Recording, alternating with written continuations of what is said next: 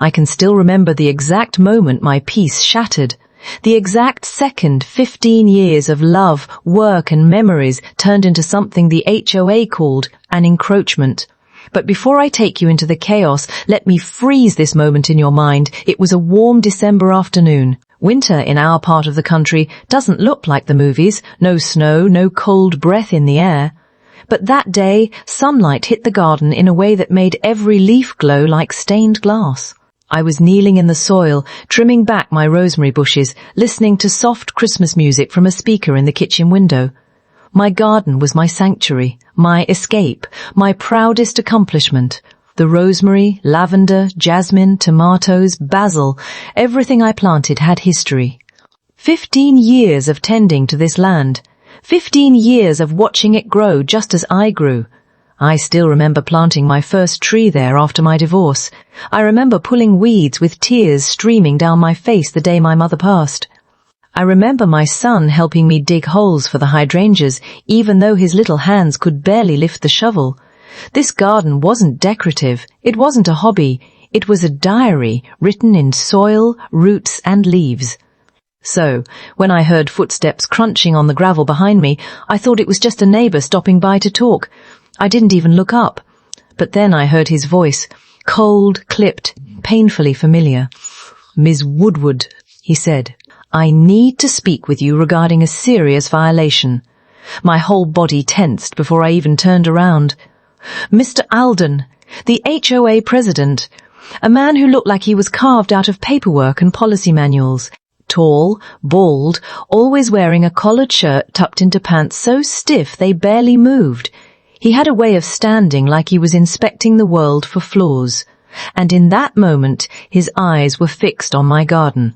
I stood up slowly, brushing dirt off my knees. "What violation?" I asked. He lifted a clipboard like it was a weapon. "Your garden," he said, "is not actually located on your property." I laughed before I could stop myself. "What?"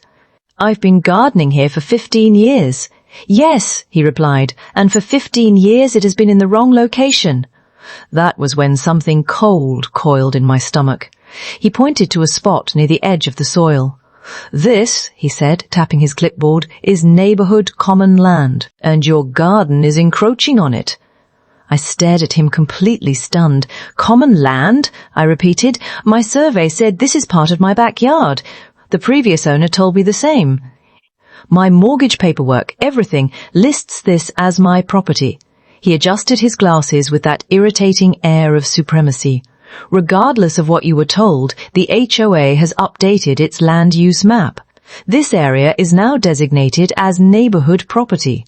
I blinked at him. "Now? You changed it now?" He nodded calmly, too calmly. "We have the authority to adjust common boundaries to maintain aesthetic coherence." That was it. That was the moment I realized something deeper was happening, something intentional, because the HOA had never cared about my garden before. Not once. In fact, past HOA presidents had complimented it. Something wasn't right. He continued, "You are required to remove all plants, pots, structures and vegetation within 16 days. 16 days. To destroy 15 years of my life." "No," I said immediately, "I'm not removing anything. Because this is my land." He sighed, like he expected resistance. "Failure to comply," he said, "will result in fines of $250 per day.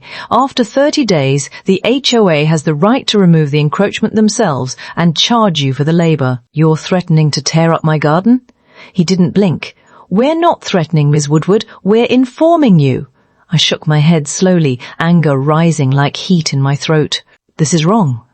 "No," he said with a tiny smile, "this is policy." He walked away like he'd just delivered a package instead of a threat. And I just stood there, staring at my garden, feeling helpless and furious at the same time. But helpless didn't last long, because the more I thought about it, the more everything felt off.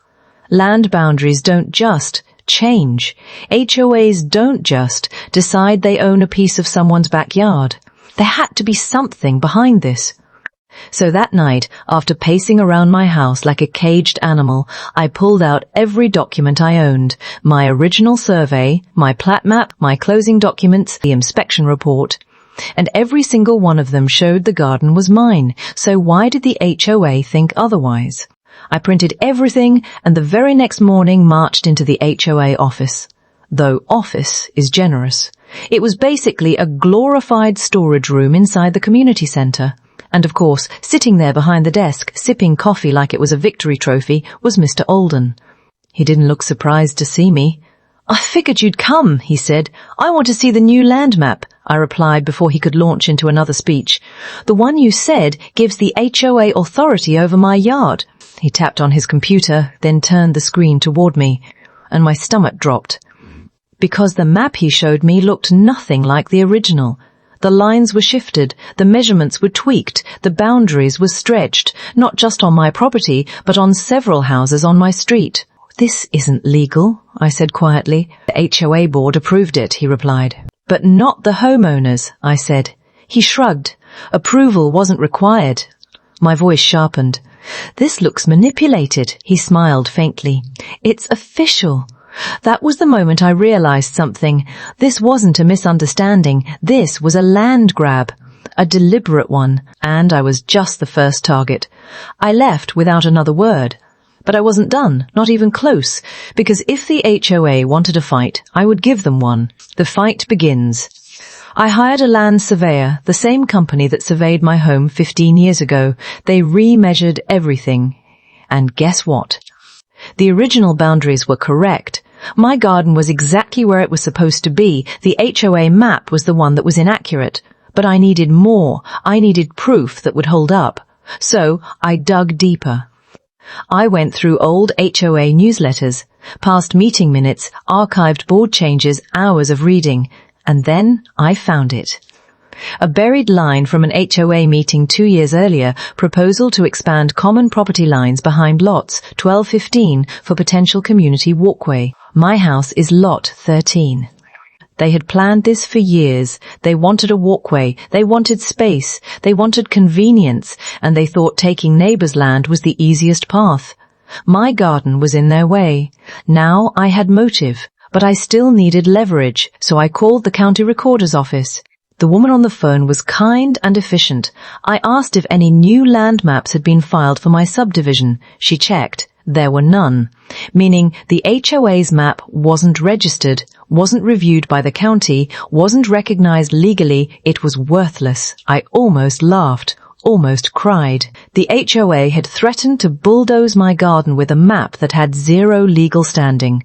I immediately contacted an attorney, someone who specialized in HOA abuses. When I showed her my stack of documents, she actually said, "This is one of the clearest cases I've seen." Finally, someone on my side. She drafted a cease and desist letter so sharp it could cut steel. We sent it to the HOA, and that's when everything flipped. A week later, the HOA held an emergency meeting. The room was full. Neighbours murmured. Some looked angry, others anxious. I sat in the front row. Mr. Olden walked in, trying to look confident, but I saw the nerves in his eyes. My attorney sat beside me. When the meeting began, he cleared his throat. "We have received an allegation of boundary misinterpretation." That's what he called it. Boundary misinterpretation. My attorney stood. "Let's call it what it is," she said. "Attempted land seizure using an unregistered, unauthorized map." Gasps. Whispers. Alden's face flushed. "That's not," she cut him off. "We have county records confirming the HOA never filed this map. We have a verified survey proving Ms. Woodward's boundaries, and we have meeting minutes showing this board intended to quietly expand common property. That is a violation of state HOA law." What? The room erupted. People turned against him instantly. One neighbour yelled, "You tried to take OUR land too." Another said, "How many years have you been doing this?" Someone else added, "I'm calling for a vote to remove him." And just like that, his power collapsed. The board took a vote. It was unanimous. He was removed as HOA president. The new acting president, a reasonable, kind woman, stood up and faced me. "Ms. Woodward," she said, "we sincerely apologize. Your garden is entirely on your property and your rights were violated. The HOA withdraws all notices. You are fully in the clear." I exhaled for the first time in weeks. They tried to take my land. They tried to erase 15 years of my life. They tried to intimidate me into surrendering what was mine. But I didn't break. I fought, and I won. That night, I walked into my garden, touched the rosemary leaves, and closed my eyes. The air felt different, calmer, safer. And for the first time in a long time, I felt proud of myself. Because sometimes peace isn't about avoiding fights. Sometimes peace is something you protect with everything you have.